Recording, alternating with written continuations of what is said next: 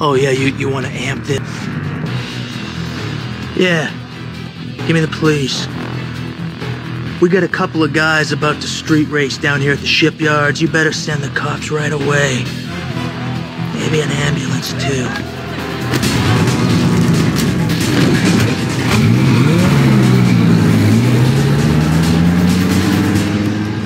When he's through with you, I never want to see your face again.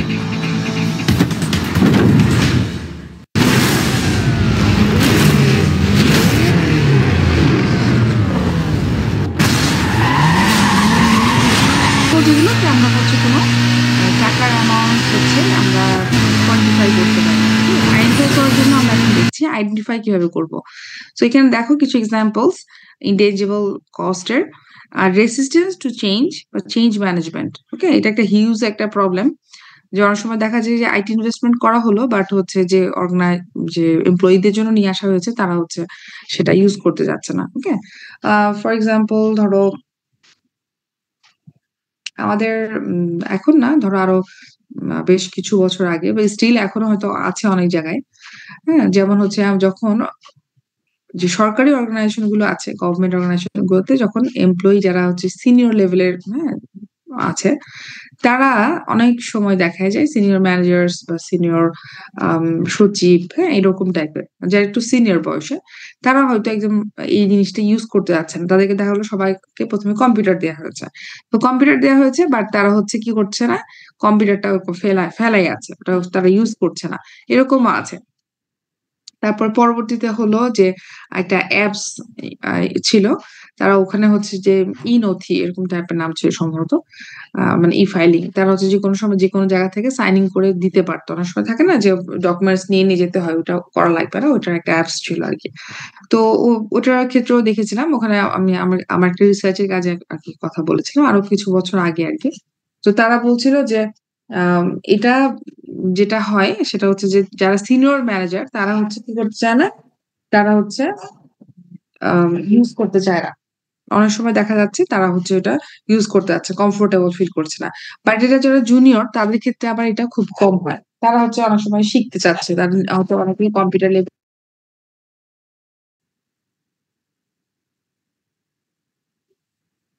তো এটা একটা issue হচ্ছে পারে, রেসিস্টেন্স টু চেঞ্জ। এটা মনে হচ্ছে যে না, এটা আর কতটুকু হবে না ইউজ করবো, ব্যাপারটা আসলে তা না। যখন একটা এরকম বড় বড় ইনভেস্টমেন্ট হয়, হ্যাঁ, যেমন হচ্ছে সব অর্গানাইজেশনে সবাইকে একটা করে কম্পিউটার দেওয়া হবে, এটা কিন্তু একটা মানে খুব ছোটখাটো একটা ডিসিশন না। এবং এই ডিসিশনটা নেয়ার হলো এবং পরবর্তীতে দেখা গেল যে তারা ইউজই করছে না, হ্যাঁ, যে তারা ভালো কাস্টমার সার্ভিস দিবে ফর এক্সাম্পল, কিন্তু দেখা যায় কাস্টমার সার্ভিস যারা দিবে তারাই ইউজ করে না এই বিষয়টা, হ্যাঁ, তারা হয়তো পছন্দ করে না ওয়েবসাইট ইউজ করতে, তাহলে তো হবে না।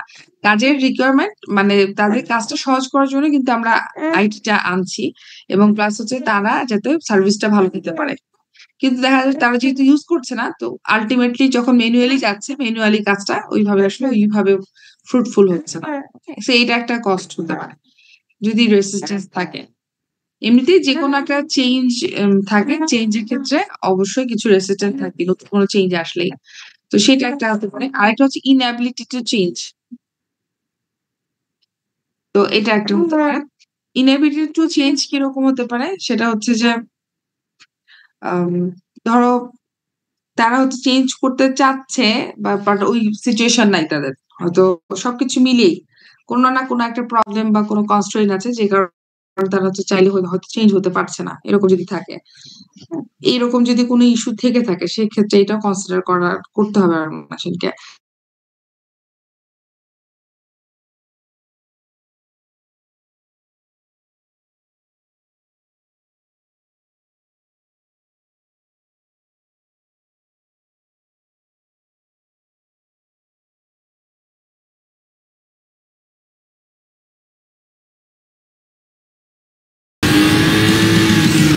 আমরা দেখলাম যে একজন ম্যানুয়ালি করতো বা খুব ম্যানুয়ালি করলে আমরা যেটা করতে পারতাম কি একজন আন্ডার হয়তো দুজন তিনজন চারজন মানে একটা অ্যামাউন্টের মানুষ দেখতে পারে, হ্যাঁ, একজন মানুষের পক্ষে। কিন্তু যদি এরকম হয় যে আম, একটা ইনভেস্টমেন্ট করা হচ্ছে, একটা ইনভেস্টমেন্টের ক্ষেত্রে বা আমরা যেটা করি এখন আমরা যেটা কোনো একটা কমিটি হলো, কমিটির মেম্বার বাইরে আছে, কোনো সমস্যা নাই।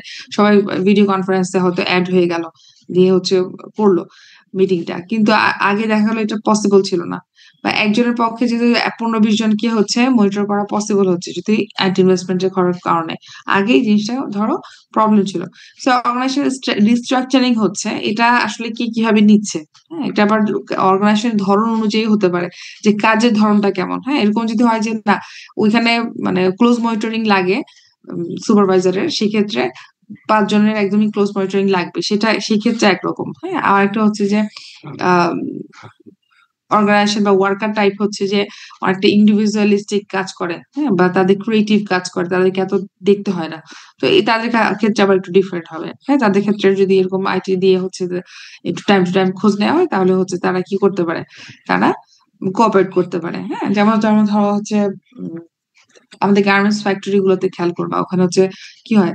তো আমাদের আমি আমি আমার এটা অবজারভেশন, বাংলাদেশের মানুষরা হচ্ছে তোমরা নিজেরা হয়তো খেয়াল করে দেখবা, সেটা হচ্ছে অনেক সময় দেখা যায় কি আমরা হচ্ছে কাজের ক্ষেত্রে খুব প্রফেশনালিজমটা মেনটেন করি না। হ্যাঁ, এটা একটা প্রবলেম।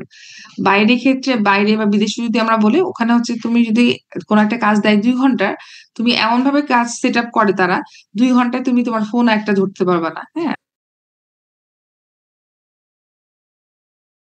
মানে ফোনই নিজের যে পার্সোনাল যদি কোনো বলবো কিনা, সে 2 ঘন্টা বা 3 ঘন্টা, লাইক তুই পার্ট টাইম একটা জব করো, এটার ক্ষেত্রেও সেম। ওরা যদি 5 ঘন্টার কাজ দেয়, ওরা হচ্ছে 5 ঘন্টার কাজটা এমন ভাবে সেট আপ করবে, তুমি এদিক ওদিক তাকানোর সুযোগ পাবা না, তোমাকে কাজ করতে হবে।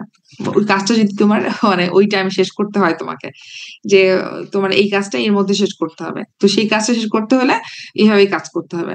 বাট আমাদের দেশে যেটা হয়, আমরা কিন্তু প্রচুর সময় মানে পাওয়া যায়, এই যে মানুষ হচ্ছে যে জব করে কি হয়, একটু চা খেতে নিচে নামে, একটু হাঁটাহাঁটি করে আসে, একটু ইয়া করে, মানে কোনো না কোনো একটা কাজ চলতেছে। তো এটা হচ্ছে আহ এইটা আমরা যদি বলি প্রফেশনালিজম বা আমরা টাইমিং এর ক্ষেত্রে কিন্তু মানে এটা একটা প্রবলেম। আমাদের কিন্তু প্রচুর টাইম ওয়েস্টেজ হয় আমাদের অর্গানাইজেশন গুলোতে, প্রচুর টাইম। তার মানে হচ্ছে যে মানে এবং আমরা কিন্তু জানি অর্গানাইজেশন যারা এমপ্লয়ার তারাও জানে যে আমি হচ্ছে এমপ্লয়ীদেরকে কাজ করাতে পারবো না এভাবে, তারা এরকম যদি প্রেশার দেয় তাহলে হচ্ছে কাজ করবে না। কিন্তু ঠিক এই পার্সন গুলাই, আমাদের এই মানুষগুলো যখন আবার বিদেশে যাবে, তখন তারা আবার খুব এরকম টাইম টু টাইমই কাজ করবে। ওকে, সো এই জিনিসটা থেকে শিখারও ইস্যু আছে, যে আমরা এরকম হলে আমরা কিন্তু আবার সিস্টেমে যখন এরকম থাকে তখন কিন্তু আমরা আবার ঠিক হয়ে যাই না। আমাদের হচ্ছে আমাদের মানুষরা আমরা কি করি, অনেকেই হচ্ছে আমরা কি করি, যে আমরা কোনো একটা হাতে কোনো ময়লা আছে, আমরা হচ্ছে ডাস্টবিনের আশেপাশে আমরা রাস্তাতে ফেলে দিই। তো এটা তো করা উচিত না। হয়তো আমাদের এটা পকেটে রাখা বা আমি ব্যাগে রাখলাম, আমরা ডাস্টবিন পেলাম তখন ফেললাম। হ্যাঁ, হয়তো করে, অনেকেই করে, কিন্তু এটা অ্যামাউন্টটা এতই কম যে আমরা সবসময় দেখি যে এখানে সেখানে ময়লা পড়ে আছে। কিন্তু এই পার্সন গুলো যখন বাইরে যাবে তখন তারা হয়তো ডাস্টবিন খুঁজে খুঁজেই কিন্তু কি ডাস্টবিনে ফেলবে। কারণ এখানে সবকিছু পরিষ্কার, ওরা হচ্ছে ক্লিন করে রাখে। এর মধ্যে হচ্ছে যে ফেলাটাই হচ্ছে মানে নিজের কাছেও খারাপ লাগে, বাট সিস্টেম নাই। ওকে, এখানে ধরো ইচ্ছা মতো গাড়ি চালাচ্ছে, কোনো রুলস রেগুলেশন নাই, কিন্তু ওখানে গেলে হচ্ছে একটু এদিক থেকে ওদিক হলে রেগুলেশনে পড়ে যাবে, ফাইন চলে আসবে, মানে বিশাল অ্যামাউন্ট একটা ফাইন। হ্যাঁ, জায়গায় জায়গায় ক্যামেরা বসানো আছে। তো ব্যাপারটা হচ্ছে কি, আমাদের মানে ল এনফোর্সমেন্টও তো অবভিয়াসলি একটা বিশাল ইস্যু, ল এনফোর্সমেন্ট নাই আমাদের দেশে, এটা একটা। আর একটা হচ্ছে আহ, মানে ল এনফোর্সমেন্টের মাধ্যমে আমরা কি করতে পারি, আমাদের মানে এমপ্লয়ি বা মানুষের বিহেভিয়ার আসলে চেঞ্জ করতে পারি। ওকে, আর যখন আমরা হচ্ছে ধরি না, তখন আমার এর অবস্থা হয়। ওকে, আমি হচ্ছে আমাদের দেশের মানুষ, কিন্তু আমার কাছে এটা আমার এটা মানে অবজারভেশন আর কি। সো সবসময় চেষ্টা করবা যখন যে কাজটা করো না কেন, সেটা একটু প্রফেশনালিজম মেনটেন করে, মানে ভালো করে কাজ, মানে চিন্তা করবো যে আমি আমার জায়গা থেকে কাজটা দিব, আমার কাজটা যেন সুন্দর করে হয়, গুছিয়ে হয়, যেন এটা বলতে না পারে এটা কোন রকম একটা কাজ জমা দিচ্ছে, এই বিষয়টা যেন না হয়।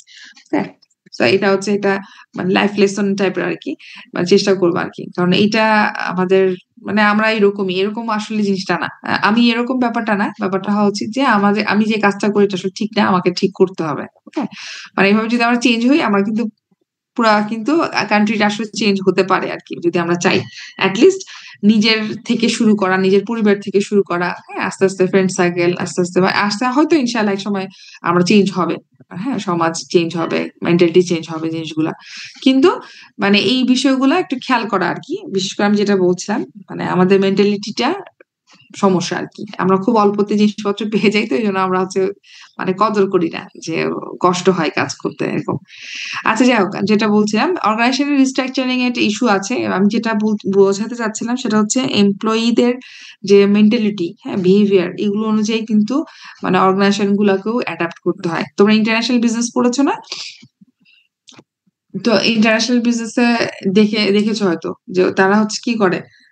ইন্টারন্যাশনাল বিজনেসে একেক জায়গা অনুযায়ী একেক ভাবে তারা ফ্যাক্টরি সেটআপ বলো, তারপরে অর্গানাইজেশন কিভাবে হবে, কাস্টমার সার্ভিস কিভাবে হবে, তারপরে ফুড কেমন হবে সেটারও অ্যাডাপ্টেশন করা হয়। সবকিছু অ্যাডাপ্টেশন করা হয়। এটা হচ্ছে যে ওই জায়গায় গেলে। ওকে? বাট আমাদেরকে এট লিস্ট একটা স্ট্যান্ডার্ডে থাকা আরকি।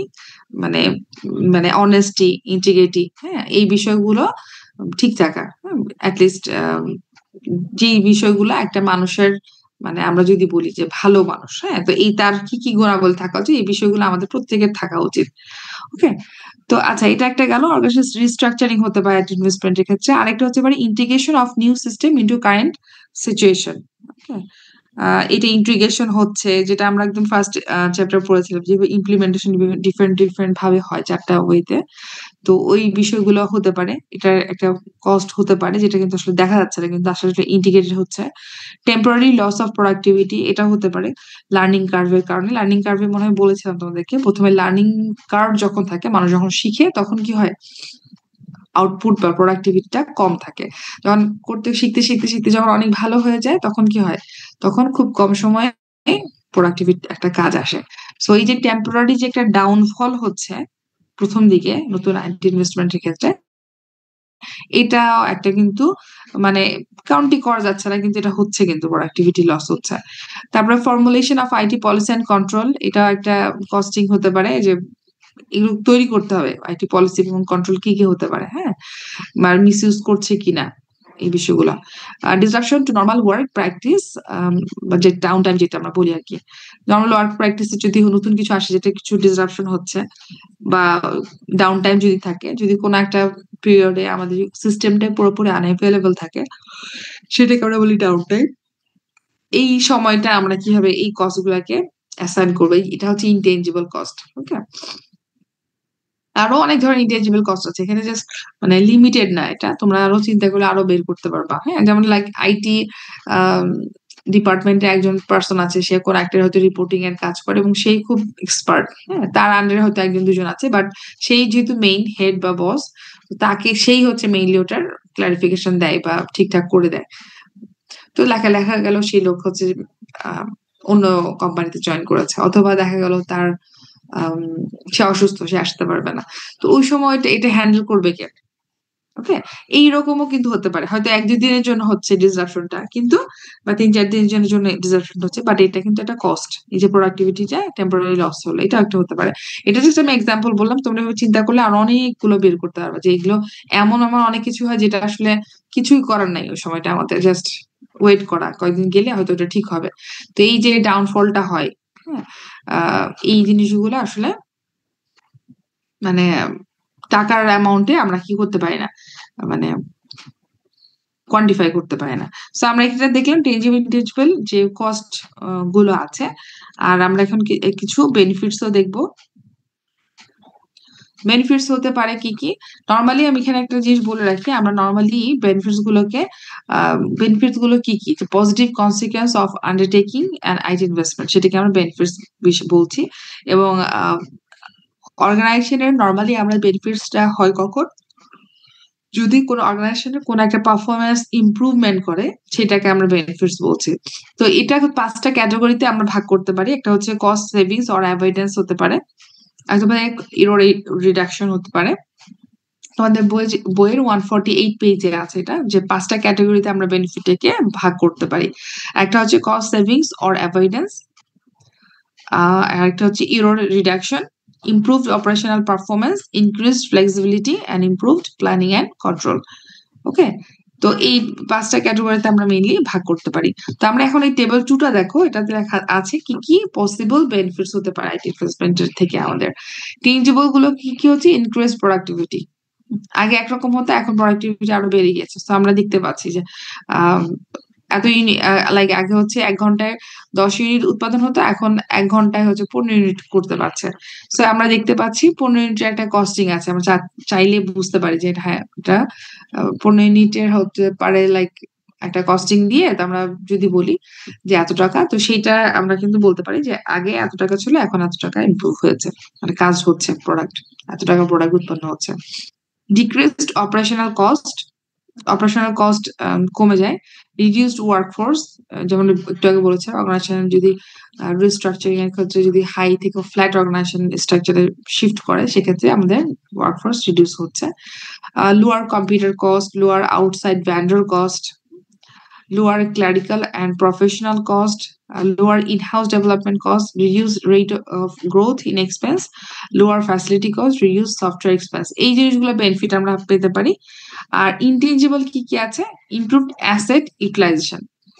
আগে হয়তো আমরা একটা কম্পিউটারের, ফর এক্সাম্পল, আমরা একটা কম্পিউটারে কিন্তু নর্মালি আমরা যে পরিমাণে কাজ করি আমাদের ক্ষেত্রেই, আর যারা হচ্ছে একটা লাইক যারা গেমিং যে প্ল্যাটফর্ম গুলো আছে তৈরি করছে, বানায়, হ্যাঁ, অথবা হচ্ছে যে খুবই হাইলি কোনো গ্রাফিক্স ডিজাইনিং এর কাজ করছে, হ্যাঁ, তো তাদের কম্পিউটার আমাদের কম্পিউটারে কি হিউজ ডিফারেন্ট। আমাদের হয়তো ওই জিনিসটাই হয়তো আমরা ইউজ করছি, বাট ওদের হয়তো কিছু স্পেসিফিকেশন বাড়তি আছে ওদের কাজের জন্য, কিন্তু মোটামুটি একটা কম্পিউটার আমরা কত পার্সেন্ট ইউজ করি। ওকে, সো আমরা এই যখন বেনিফিটস হিসেবে আমরা কিন্তু অ্যাসেট ইউটিলাইজেশনটা বাড়ছে, আর রিসোর্স কন্ট্রোল হতে পারে। Okay, resource control, organisational planning, organisational flexibility, এগুলো হচ্ছে বাড়ছে, বাট আমরা কিন্তু এটা কাউন্ট করতে পারি না। হ্যাঁ, মোর টাইমলি ইনফরমেশন পাচ্ছি, higher quality information. Okay, enhance organisational learning, employee goodwill বাড়ছে, জব স্যাটিসফ্যাকশন বাড়ছে, ডিসিশন মেকিং ইমপ্রুভ, আর first decision making, lower error rates, improve operation, okay, improve customer satisfaction, customer loyalty. তো এই জিনিসগুলো হচ্ছে আমাদের intangible, বাড়ছে, বাট কিন্তু আমরা এটাকে কি করতে পারছি না, আলাদা করে মানে আলাদা করে হচ্ছে কি করা যাচ্ছে না, কোয়ান্টিফাই করা যাচ্ছে না এটা। সো আমরা যেহেতু একটু আগেও বললাম, টেনজিবল গুলা কি হচ্ছে না, ইনটেনজিবল গুলো বিশেষ করে আমরা কোয়ান্টিফাই করতে পারছি না। যেহেতু টেনজিবল গুলো তো কোয়ান্টিফিকেশন করা যাচ্ছে, কোয়ান্টিফাই কিভাবে করবো কস্ট এবং বেনিফিট গুলো, সেটা আমাদের হচ্ছে স্টেজ 3 তে।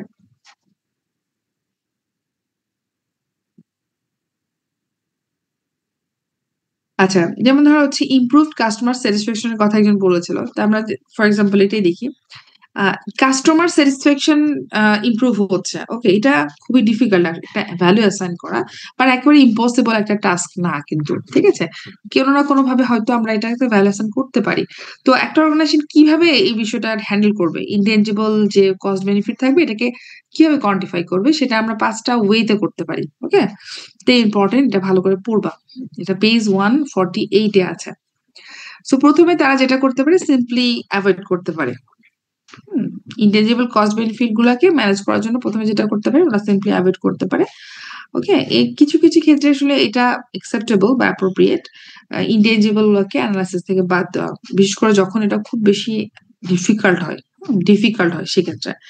ওকে, অথবা এরকম হতে পারে যে এই যে ইনটেনজিবল বেনিফিটসটা সেটা ডিটারমাইন করা বা এটার ইম্প্যাক্টটা, নেগেটিভ ইম্প্যাক্ট আসলে খুব বেশি, মানে বেশি না, সেই সব ক্ষেত্রে কিন্তু তারা কি করতে পারে,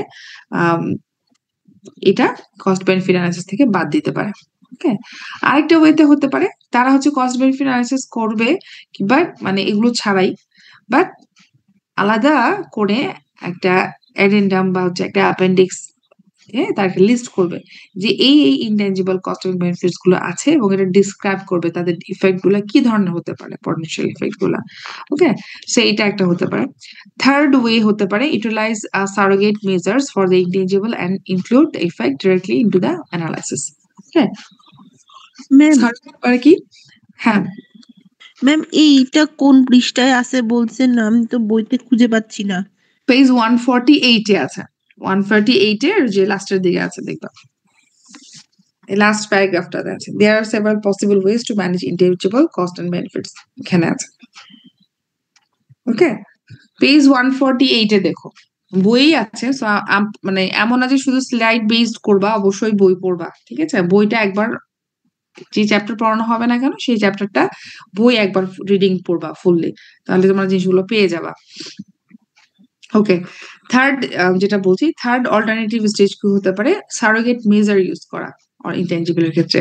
সারোগেট মেজার মানে হচ্ছে কি কোন একটা কমপ্লিমেন্টারি বা আদার্স কোন একটা জিনিস থেকে এটা নিয়ে আসা। যেমন ধরো হতে পারে কি, a surrogate measure may be the value of a similar benefit or cost that is more easily assigned a value. Okay. Great care must be taken in selecting an appropriate surrogate measure to ensure that it provides a good approximation of the value of the actual benefit or cost. Now, এখানে একটা example আছে যেমন quality cost. An example might be where quality cost in a company may traditionally be 1/10 the cost of equipment. ওকে, যে এটার quality cost কেমন হবে, সেই quality কস্টটা normally কি হয়, ট্রেডিশনালি যেটা ধরা হয় যে একটা ইকুইপমেন্টের কোয়ালিটি কস্ট হচ্ছে তার মানে 1/10, হ্যাঁ 10/1 হচ্ছে কি কোয়ালিটি কস্ট। সো এইরকম ইকুইপমেন্ট কস্ট আমরা কিন্তু কি করতে পারি, মানে এরকম সারোগেট মেজার হিসেবে কিন্তু আমরা ইউজ করতে পারি, মানে সিমিলার টাইপের যদি থাকে, কাছাকাছি টাইপের কোনো কিছু থাকে, ইনটেনজিবল কোয়ালিটি কস্টের ক্ষেত্রে কিন্তু আমরা ওটা অ্যাড করতে পারি। হ্যাঁ, এইভাবে কোয়ান্টিফাই করা যেতে পারে। সারোগেট মেজারের কোন একটা দিয়ে হচ্ছে এটা অ্যানালাইসিসে আমরা দেখাতে পারি যে ডিরেক্টলি ইম্প্যাক্ট করছে এই বিষয়টা। আরেকটা হতে পারে survey to determine the value. এটা আমরা যেমন আগেও বলেছিলাম, অনেক সময় দেখা যায় কাস্টমার স্যাটিসফ্যাকশনটা আমরা একটা কাস্টমারদের সার্ভে করে দেখতে পারি যে সার্ভে করে কাস্টমাররা কি বলছে। ওকে, তো যেমন হতে পারে তোমাদের বই একটা এক্সাম্পল আছে দেখি, কাস্টমার সার্ভিস তো জানোই, কাস্টমার সার্ভে করে কাস্টমার স্যাটিসফ্যাকশন আমরা দেখতে পারি, এটা একটা হতে পারে। আরেকটা হতে পারে survey may be design to measure how valuable more timely information of an IT investment is to users. Users of the IT will be asked to assign a monetary value to the benefits, and this value will be used in the cost benefit analysis. Okay, so মানে এখানে একটা example দিয়েছে যে ইউজারদেরকে জিজ্ঞেস করা হচ্ছে যে আচ্ছা তোমাদের কাছে মানে ভ্যালুয়েবল কতটুকু টাইমলি ইনফরমেশন, তার লাইক ওরা হচ্ছে 1 to 5 বা 1 to 11 একটা লাইকার স্কেল দিয়ে দিল, ওখানে বললো যে কত ইম্পর্টেন্ট মনে হচ্ছে। তো ইউজাররা বা এটা হতে পারে এমপ্লয়িরা, তারা বলতেছে যে, বা কাস্টমাররাও হতে পারে, তারা বলছে যে না আমার এটা যে খুবই ইম্পর্টেন্ট, আমার যখনই যাচ্ছে সেই ইনফরমেশনটা আমার দরকার, হ্যাঁ আমার কাজের জন্য, আমার ডিসিশন মেকিং এর জন্য। তো ওরা হলো লাইক 1 to 10 যদি স্কেল হয়, তো ওরা ধরো 7 দিল, 8 দিল, 9 দিল, মানে এই যে একটা অ্যাসাইন করলো ভ্যালু। হ্যাঁ, অথবা কেউ যদি মনে করে না অত বেশি ইম্পর্টেন্ট না, সে সেরকম ভ্যালু দিল। 1 হচ্ছে খুবই জিরো, এবং যত বাড়বে তত হচ্ছে ইম্পর্টেন্ট মনে করে, তারা ভ্যালুয়েবল মনে করে। এরকম একটা সার্ভে করতে পারে। তো সার্ভে করে তাদের থেকে নেয়া, দিয়ে তাদের থেকে মনিটারি ভ্যালু নেয়া, যেটা কত আমরা পার্সেন্টেজ দিতে পারি, দিয়ে তারপরে এটাকে হচ্ছে কস্ট বেনিফিট অ্যানালাইসিসে ইনক্লুড করা যেতে পারে। ওকে, এটা একটা হতে পারে, সার্ভে থেকে আমরা কোয়ান্টিফাই করতে পারি। আর একটা হচ্ছে শ্যাডো প্রাইস। শ্যাডো প্রাইস হচ্ছে দুই ভাবে করা যায়। শ্যাডো প্রাইসটা হচ্ছে 150 পেজে আছে। শ্যাডো প্রাইস হচ্ছে কি, shadow prices R measures widely used in economics to estimate the value of a good, or in the case of cost benefit analysis, a cost or benefit. A shadow price is the value of an intangible which indicates how much some specified index of performance could be increased by the use of a marginal unit of that intangible. Okay, আমরা ইকোনমিক্সে পড়েছিলাম, খেয়াল করো ইকোনমিক্সে আমরা কি দেখেছিলাম, shadow প্রাইসের মানে কোন একটা স্পেসিফিক কোন রুলস রেগুলেশন আলাদা করে নাই। হ্যাঁ, এটা খুব এক্সপেরিয়েন্সড কোন যদি কোনো অ্যানালিস্ট থাকে, তারা তাদের সাবজেক্টিভ জাজমেন্ট ইউজ করে, হ্যাঁ তাদের যে এক্সপেরিয়েন্স আছে, তাদের যে জাজমেন্ট আছে, সেটা ইউজ করে তারা হচ্ছে শ্যাডো প্রাইসটা হচ্ছে জেনারেট করতে পারে। শ্যাডো প্রাইসটা হচ্ছে কি, কোন একটা জিনিস হয়তো ইউনিট আমি একটা অল্প একটু বাড়ালাম, তো এটার আদার্স কোন একটাতে ইম্প্যাক্ট কতটুকু হতে পারে, এই হ্যাঁ মানে কত পার্সেন্টেজ চেঞ্জ হতে পারে। ইকোনমিক্স তোমরা যেভাবে করেছো যে একটা ইউনিট বাড়ালে অন্য একটা ইউনিটে কতটুকু মানে ইম্প্যাক্ট পড়ছে, এই বিষয়ে এইভাবে কোনো আমরা কিন্তু শ্যাডো প্রাইসটা ডিফাইন করতে পারি একটা থেকে একটা। তার মানে যখন আমরা এই শ্যাডো প্রাইস ইউজ করবো কোনো কিছু কোয়ান্টিফাই করার জন্য, ইনটেনজিবল কোনো কিছু, সেক্ষেত্রে কিন্তু দেখতে হবে ওটার সাথে রিলেটেড কোন কোন ফ্যাক্টর আছে। ওকে, রিলেটেড কোনটা, কোনটা বাড়লে কোনটা কমছে, এই বিষয়টা যখন ইয়া হবে, তখন হচ্ছে কি হবে, শ্যাডো প্রাইসটা জেনারেট করা যাবে। কিন্তু এটা আমরা যেটা বলছি শ্যাডো প্রাইসটা কিন্তু যে কেউ করতে পারবে না। যেমন আমরা সার্ভেটা কিন্তু বললে একটা করতে পারলাম যে আচ্ছা কোয়ালিটি ইনফরমেশন কতটুকু লাগবে, আচ্ছা কাস্টমার আপনার কতটুকু স্যাটিসফাইড হচ্ছেন, বা কোন আমি একটা সার্ভিস দিচ্ছি, অ্যাপস মোবাইল অ্যাপস ইউজ করছি অর্গানাইজেশনের জন্য, বা আমরা ওয়েবসাইট যদি দিয়ে দিলাম, এই ওয়েবসাইট ইউজ করার ফলে আপনারা মানে স্যাটিসফাইড আর কতটুকু স্যাটিসফাইড মনে হচ্ছে, তখন তারা যে একটা সার্ভে করে দিল, এটা একটা। হ্যাঁ, ওয়েবসাইটের ইউজের থেকে কাস্টমার সার্ভিস মানে স্যাটিসফ্যাকশন কতটুকু, ইনক্রিজড কাস্টমার স্যাটিসফ্যাকশন, সেটাকে আমরা একটা কোয়ান্টিফাই করলাম যে তারা কত রেট দিচ্ছে। কিন্তু শ্যাডো প্রাইসের ক্ষেত্রে কিন্তু এরকম যে কাস্টমার ইউজার এরা করতে পারবে শ্যাডো প্রাইস, অবভিয়াসলি যেহেতু এটা খুবই ইকোনমিক্যাল মানে ইকোনমিক্স এর জিনিস, এই জন্য এক্সপেরিয়েন্স একজন লোক লাগবে, অ্যানালিস্ট লাগবে, সে হচ্ছে এটা করবে যে কোনটার সাথে কোনটা রিলেটেড হয়, এবং সেখান থেকে তারা একটা শ্যাডো প্রাইস যে রেডি করবে। তো এখানেও ডিফারেন্ট ডিফারেন্ট অ্যাপ্রোচ আছে। হ্যাঁ, নর্মালি আমরা ইকোনমিক্স যে থিওরি সেগুলো ইউজ করতে পারি, অথবা হচ্ছে ইকোনমিক থিওরির মানে অ্যাজাম্পশন নিয়ে যে মডেল গুলো আছে সেগুলো করতে পারি। হ্যাঁ, তারপরে হচ্ছে অনেক সময় আমরা হচ্ছে লিনিয়ার প্রোগ্রামিং করেছি, হয়তো লিনিয়ার প্রোগ্রামিং এ যে বিভিন্ন লিনিয়ার প্রোগ্রামিং কি থাকে, কোন একটা অবজেক্টিভ থাকে, হ্যাঁ, ম্যাক্সিমাইজেশন বা প্রফিট মিনিমাইজেশন, যেটা কোনো কিছু থাকতে পারে, কিছু কনস্ট্রেন্ট থাকে, তার ভিতরে থেকে আমি হচ্ছে কত ইউনিট প্রডিউস করবো, এরকম থাকে লিনিয়ার প্রোগ্রামে যেটা। লিনিয়ার প্রোগ্রামিং হতে পারে। ওকে, শ্যাডো প্রাইসের ক্ষেত্রে আমরা ইউজ করতে পারি যে মেথড বা মডেল গুলো হয়, এগুলোর ক্ষেত্রে আমরা কিন্তু শ্যাডো প্রাইস আমরা জেনারেট করতে পারি, যে ম্যাথমেটিক্যাল মডেল অ্যালগোরিদম এই বিষয়গুলো আছে, এগুলো ইউজ করতে পারি। সো শ্যাডো প্রাইসটা মাথায় রাখবা, এক্সপেরিয়েন্স যে অ্যানালিস্ট তারা করবে, এটা যে কেউ করতে পারবে না। তাদেরকে হচ্ছে ওই লিঙ্ক করে মডেল ডেভেলপ করে তারপরে তাদেরকে, বা ইকোনমিক থিওরি যদি ইউজ করা হয় সেখানে ইকোনমিক থিওরি কোনটা ইউজ করছে, কোনটার সাথে কোনটা লিঙ্ক, তারপরে তারা এটা করতে পারছে। ওকে, তো আমরা এখানে দেখলাম 5 ভাবে আমরা we can manage or quantify the cost, intangible cost and benefits. একটা হচ্ছে সিম্পলি অ্যাভয়েড করা যায় যদি খুব বেশি মানে নেগেটিভ ইম্প্যাক্ট না থাকে, বা পসিবল যে পজিটিভ ইম্প্যাক্ট বলি, যদি ইম্প্যাক্টটা বেশি মানে হিউজ অ্যামাউন্ট না হয় সেক্ষেত্রে তারা বাদ দিতে পারে। আরেকটা হতে পারে তারা হচ্ছে কস্ট বেনিফিট অ্যানালাইসিসে করবে, বাট হচ্ছে ওগুলো ছাড়া, এবং ওগুলোকে আলাদা অ্যাপেন্ডিক্স বা আলাদা একটা পেজে দিয়ে দিবে, যে তার লিস্ট করে দিবে এইটার এই ইনটেনজিবল কস্ট এবং বেনিফিটস গুলো আছে, এবং এটাতে ইম্প্যাক্ট অর্গানাইজেশনে পড়বে। আর থার্ড ওয়েতে হতে পারে আমরা কোনো একটা সারোগেট মেজার ইউজ করতে পারি, হ্যাঁ, অন্য একটা থেকে, অন্য একটা লাইক আমরা যেটা বলেছিলাম কোয়ালিটি কস্ট নর্মালি হচ্ছে 1/10 অফ দ্য ইকুইপমেন্ট হয়। সো এই মেজারটা করে আমরা কিন্তু ইমপ্রুভ আমাদের কোয়ালিটি কস্ট কতটুকু বাড়ছে এটা এরকম করতে পারি। Survey to determine the value হতে পারে, অথবা আমরা শ্যাডো প্রাইস ইউজ করতে পারি। সো এই 5টা ওয়েতে আমরা কি করতে পারি, we can manage the intangible cost and benefits. আচ্ছা, স্টেপ 4 এ আমরা দেখি এখন। স্টেপ 4 এ আমরা দেখবো, তোমরা এখন বই দেখো, আমরা এখন মেইনলি বই থেকেই দেখবো। হ্যাঁ, কিছু এক্সাম্পল আছে, সো বই থেকে দেখা আমাদের জন্য ইজি হবে। আচ্ছা, পেজ 150 তে দেখো আমাদের অলরেডি কি হয়েছে, এখন এই স্টেজে এসে কস্ট বেনিফিট অ্যানালাইসিস এর এই স্টেজে যখন আমরা আসছি, ততক্ষণে আমাদের অবজেক্টিভ ডিটারমাইন করা হয়েছে, মানে প্রবলেম ডিফাইন করেছি, ওখানে অবজেক্টিভ রেডি করা হয়েছে, অল্টারনেটিভস কি কি হতে পারে সেটা রেডি করা হয়েছে, কি কি প্ল্যান ওয়েতে দিয়ে। তারপরে হচ্ছে আমরা সেকেন্ড স্টেজে আমরা আইডেন্টিফাই করেছি প্রত্যেকটার কস্ট এবং বেনিফিট কি কি হবে অল্টারনেটিভস গুলোর, এবং থার্ড স্টেজে আমরা কি করেছি, কোয়ান্টিফাই করেছি। টেনজিবল গুলো তো ইজিলি কোয়ান্টিফাই করা যাবে, এবং যেগুলো করা যাবে না সেগুলো কিভাবে করতে পারি আমরা সেটা। তো এখন আমাদের প্রত্যেকটা অল্টারনেটিভের ইনটেনজিবল এবং টেনজিবল দুটোই কস্ট বেনিফিট আমাদের সামনে এখন আছে। ওকে, তো এখন আমরা কি করব, অল্টারনেটিভস গুলো এখন কম্পেয়ার করব কিভাবে। সো এখানে যেটা করতে হবে, এই যে কম্পেয়ার করে আমরা এখানে হয়তো একটা বেস্ট চুজ করব।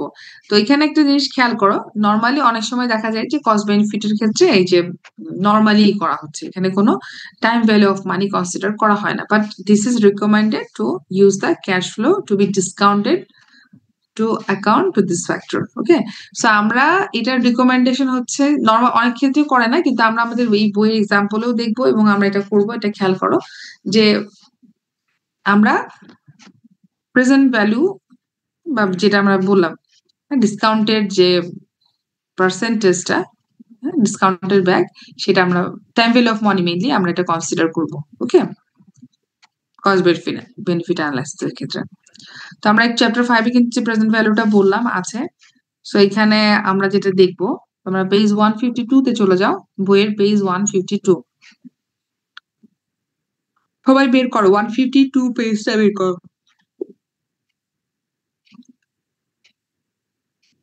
দেখো এখানে টেবিল 3 তে cost and benefit of computer system A, table 4 এ দেওয়া হচ্ছে বি এর, এখানে অল্টারনেটিভ দুটো দেওয়া হয়েছে। এই দুটোর এবং টেবিল 5 এ এ সিস্টেমের প্রেজেন্ট ভ্যালুর কস্ট এন্ড বেনিফিট বের করেছে এবং বি তে কস্ট এবং বেনিফিট দুটোরই আবার প্রেজেন্ট ভ্যালু বের করেছে। আচ্ছা তোমরা এটা একটু দেখো, হ্যাঁ টেবিলটা ভালো করে একটু দেখো কিভাবে করেছে, একটু ভালো করে দেখো।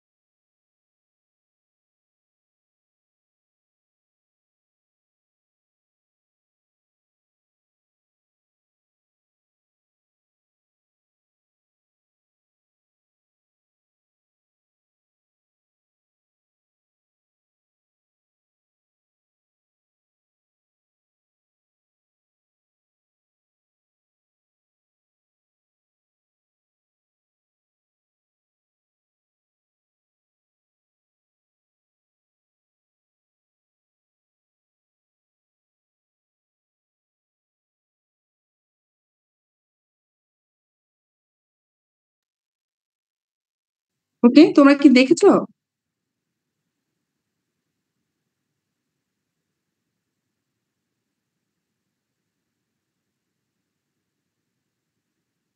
ম্যাম হ্যাঁ বলো। ম্যাম 153 পেজের ফার্স্ট যে ছিল 23,000, এটা কিভাবে আসলো? প্রেজেন্ট ভ্যালু অফ বেনিফিটস এ 23,000 কিভাবে এসেছে? আচ্ছা, কি আর কেউ কি বের করতে পেরেছো নাকি?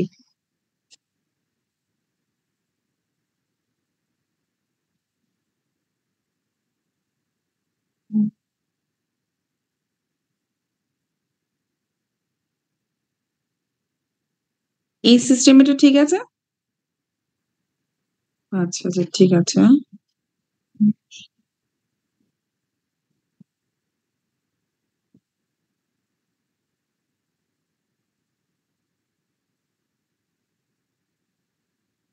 আহ, এটা তো 23,000 তো প্রথম ইয়ারেরটা আসছে। এটা কম্পিউটার সিস্টেম বি করেছো না? কম্পিউটার সিস্টেম বিটা কি আসছে? কম্পিউটার সিস্টেম বি এর যে ফার্স্ট ইয়ারটা, ইনিশিয়াল ইয়ারটা দেখো, হার্ডওয়্যার সফটওয়্যার সার্ভিসের যে কস্টটা, ঠিক আছে? 5,000, 10,000, 8,000 কত আসে? ম্যাম এইটা তো হচ্ছে কস্টে এসেছে। হ্যাঁ, বেনিফিটেরটা তো ফার্স্ট ইয়ার একটা, ওই যে A1 যেটা, সেটা তো 8,000 3,000 প্লাস করে হবে না? হ্যাঁ হ্যাঁ হ্যাঁ, এখানে 11,000 হওয়ার কথা, এখানে 23,000 আসছে। আচ্ছা, পুরোটা কাউন্ট করে দেখো তো এটা আসছে কত, মানে ক্যালকুলেশনটা ঠিক আছে?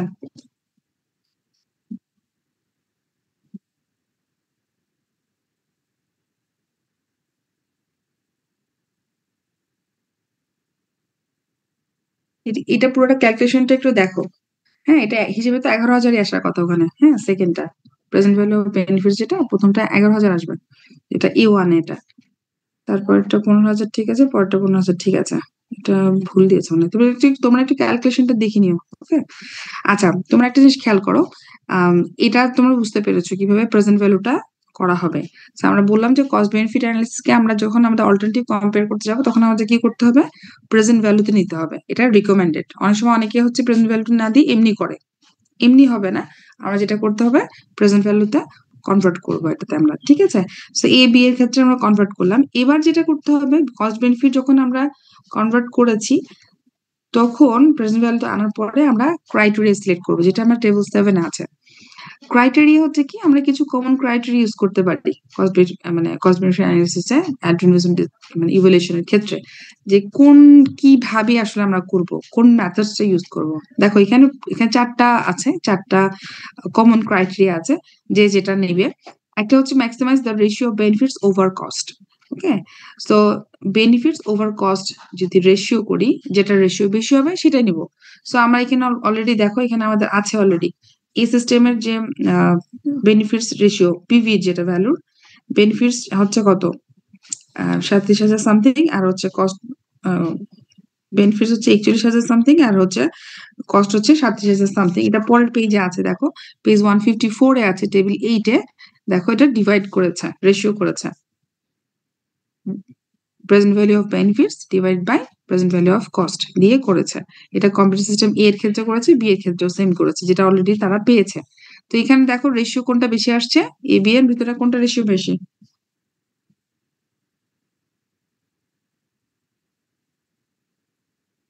তোমরা পেয়েছো পেজ 154, টেবিল 8?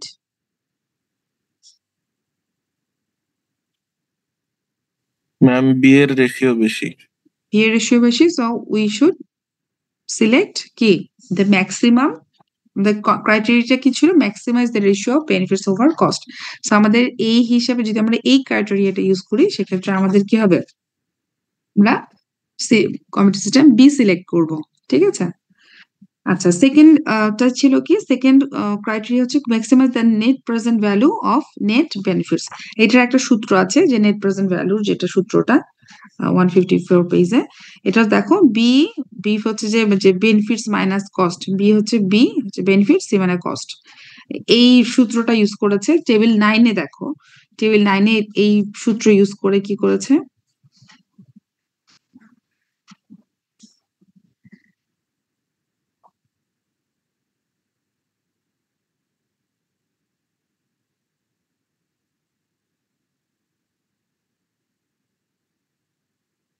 9 এও করেছে এভাবে, মানে এই সূত্রটা ফলো করে net present value of the net benefits for computer system A and B. এখানে আমরা হাইস্ট দেখছি কোনটা, বি এটা দেখা যাচ্ছে 6,734 দেখছি, কম্পেয়ার টু কম্পিউটার সিস্টেম এ কত 3,425 এটা। সো আমরা এখানে যদি ম্যাক্সিমাইজ করতে চাই সেক্ষেত্রে আমাদের ম্যাক্সিমাম আসছে কম্পিউটার সিস্টেম বি তে, সো এখানে আমরা কম্পিউটার সিস্টেম বি তে যাব যদি আমরা এই ক্রাইটেরিয়াটা ফলো করি। সেকেন্ডটা। থার্ড হচ্ছে ম্যাক্সিমাইজ আইআরআর। যে চ্যাপ্টার 5 এ যে আইআরআর দেখেছো, আইআরআর সেম, আইআরআর তোমরা আগে অলরেডি করেছো, এটা যখন করবা তখন সেম। এটা এইখানে এ আর বি সিস্টেমের ক্ষেত্রে আইআরআরটা যদি বের করো, অলরেডি সব দেয়া আছে, আইআরআর বের করার পর যেটা আইআরআর কি ছিল মনে আছে, আইআরআর বলেছিলাম যে আইআরআর যদি অপরচুনিটি কস্ট বা ইকুয়াল ভ্যালু হয়, এটা হচ্ছে বেশি হয়, সরি কি হচ্ছে ইকুয়াল বা কম হয় তাহলে নিব না, আর যদি হচ্ছে বেশি হয় তাহলে কিন্তু আমরা নিব। ওকে, সো এখানে যেটা দেখবো আমরা আইআরআর করে দেখবো যে এ আর বি সিস্টেমের কোনটা বেশি হয়। এখানে অলরেডি ওরা একটা দিয়ে দিয়েছে, এখানে ক্যালকুলেশনটা করে দেন, তোমরা ক্যালকুলেশনটা করবা।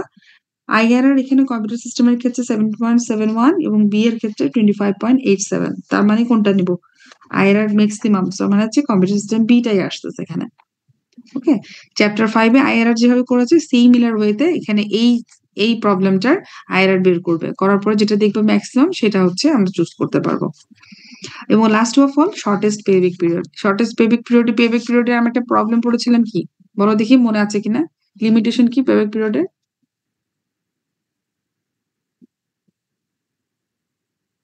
এনপিভির সাথে পেব্যাক পিরিয়ডের মেইন প্রবলেম মানে মেইন ডিফারেন্সটা কি?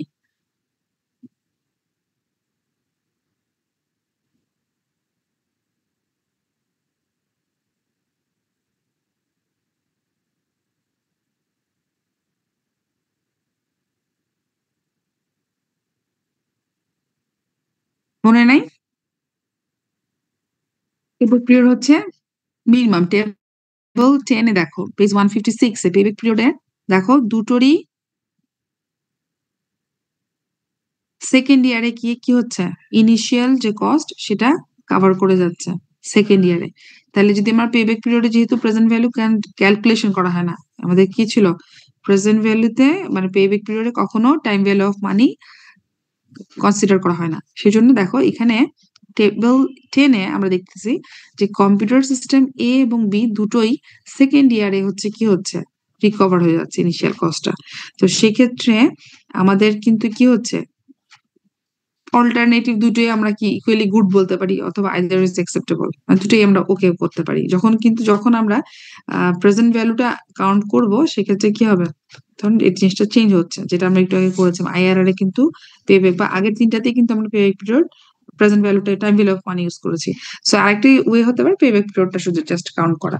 ওকে, সো আমরা এই চারটা ওয়েতে করতে পারি। একটা হচ্ছে রেশিওটা বেনিফিট ওভার কস্ট রেশিও, আরেকটা হচ্ছে net present benefit over cost, এটা অ্যাজ প্রেজেন্ট ভ্যালু, আর একটা হচ্ছে আইআরআর ইউজ করতে পারি ম্যাক্সিমাম, অথবা আমরা পেব্যাক পিরিয়ড যত তাড়াতাড়ি যেটা দিতে পারতেছে সেটা। সো আমরা এই চারটা ক্রাইটেরিয়া ইউজ করতে পারি অর্গানাইজেশন গুলো যখন কোনো কস্ট বেনিফিট অ্যানালাইসিস করবে। লাস্ট স্টেজ হচ্ছে সেন্সিটিভিটি অ্যানালাইসিস, 156 পেজে আছে। যেহেতু আমরা অনেক কিছু ইনটেনজিবল আমরা এখানে অ্যাড করি কস্ট বেনিফিট অ্যানালাইসিসে, সেই জন্য হচ্ছে ইনটেনজিবল এর যে ইরোড হওয়ার পসিবিলিটি আছে সেটা মানে রিলায়েবল রেজাল্টের জন্য আমরা এনপিভিটা নরমালি ইউজ করি। তো এখানে সেন্সিটিভিটি অ্যানালিসিস তোমরা করেছো আগে না, এক্সেলে করেছো?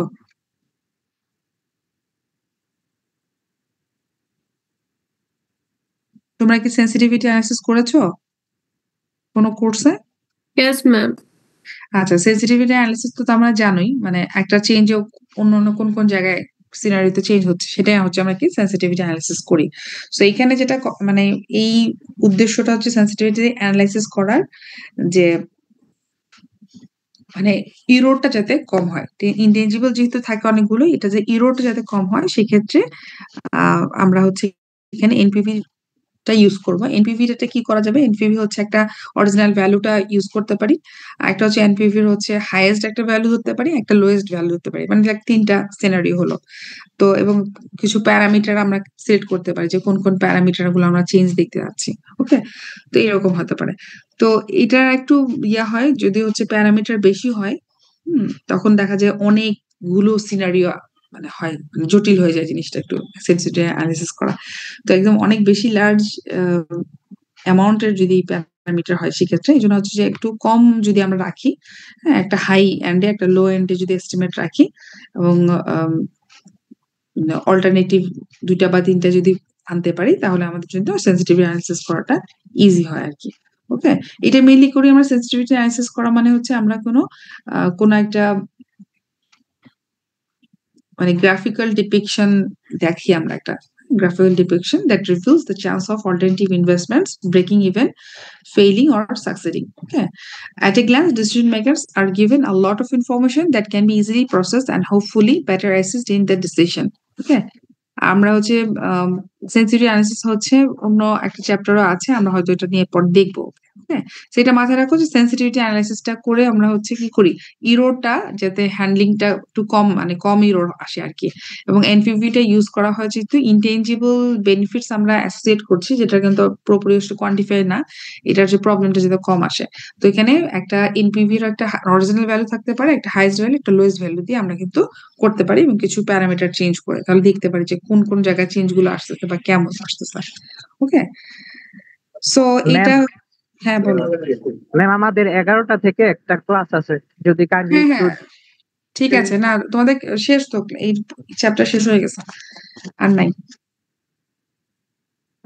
কারো কোনো কোয়েশ্চেন আছে তোমাদের?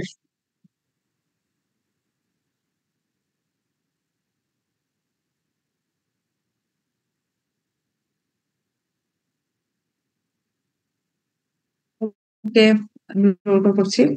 তোমাদের তাহলে হচ্ছে আমাদের চ্যাপ্টার 5 এবং 6 দেখলাম। 5 এর হচ্ছে 3টা অঙ্ক আছে, অঙ্কগুলো প্র্যাকটিস করবা। আর হচ্ছে এইটার কস্ট বেনিফিট অ্যানালিসিস এর যে আজকে ম্যাথটা দেখলাম এটা অবশ্যই বাসায় প্র্যাকটিস করবা, যে এক্সাম্পল এর আর কি। আর এক্সারসাইজ যেগুলো থাকবে সেগুলো করবা তোমরা। তোমাদের কিন্তু পরীক্ষায় ম্যাথ থাকবে, ঠিক আছে? সো তোমরা হচ্ছে ম্যাথ থাকতে পারে, সো প্র্যাকটিস করবা। যদি কোনো কনফিউশন থাকে বা বুঝতে পারছো না এরকম যদি থাকে আমাকে নেক্সট ক্লাসে বলবা। চ্যাপ্টার 4, 5 এবং আজকে 6 নিয়ে 3টাতে যা আছে ম্যাথ সেগুলো প্র্যাকটিস করবা। ওকে, আচ্ছা, এটা তোমাদের মেইনলি কাজ থাকবে, এটা করো। আমি নেক্সট ক্লাস হচ্ছে আগামীকাল নিব। আগামীকাল আমরা 8টায়। তোমাদের আগামীকাল কি কোনো ক্লাস আছে আর?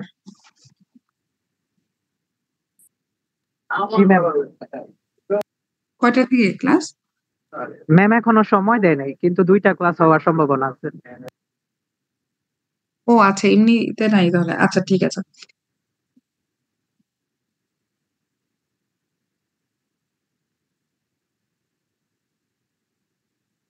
কালকে আমাদের ক্লাস, কালকে কয়টায় শুরু করবা? মানে 8:30টায় শুরু করি। তোমরা কিন্তু সবাই টাইমলি আসবা। আমি আজকে দেখতেছিলাম তোমাদের তো অলমোস্ট 100, হ্যাঁ 100 প্লাস, কিন্তু আজকে মানে তখন পর্যন্ত মানে 50 মতো ছিল, 49 মতো। সো তোমরা একটু মানে তাড়াতাড়ি চলে এসো, ক্লাস শুরু করে দেবো তাহলে, ঠিক আছে? কালকে আমরা হচ্ছে ম্যাম হ্যাঁ বলো। আমি কিছু বলতাম। ম্যাম হ্যাঁ আমি বাবার চিকিৎসার জন্য চিটাং আসছি, তো আমি মনে হয় ক্লাস করতে পারবো না। কালকে ক্লাসটা কি ম্যাম, আমার বাবা অসুস্থ, তো হার্টের রোগের জন্য হসপিটালে আছে। কেন মোবাইল থাকবে না তোমার সাথে? বসে বসে শুনবা ক্লাস? ম্যাম মোবাইল থাকবে না সাথে তোমার? অনলাইন হ্যাঁ ক্লাস ম্যাম থাকবে। যে কোনো জায়গা থেকে করতে পারবা, সমস্যা কি? অ্যাটেন্ড করো, ক্লাসে অ্যাটেন্ড করো, সমস্যা নাই, ঠিক আছে? আচ্ছা ম্যাম। ওকে, আচ্ছা ঠিক আছে। আমি হচ্ছে কালকে তোমরা কয়টায় শুরু করো? 8:30টায় শুরু করবো কালকে নাকি? 8:30টায় শুরু করি তাহলে, ওকে? কিন্তু 8:30টায় চলে আসবে সবাই। আচ্ছা, আমি রোল কল করে ছেড়ে দিচ্ছি তোমাদেরকে এখন। রোল 2 সেকশন বি করছি, সেকশন বি ডাকছি আগে। রোল 2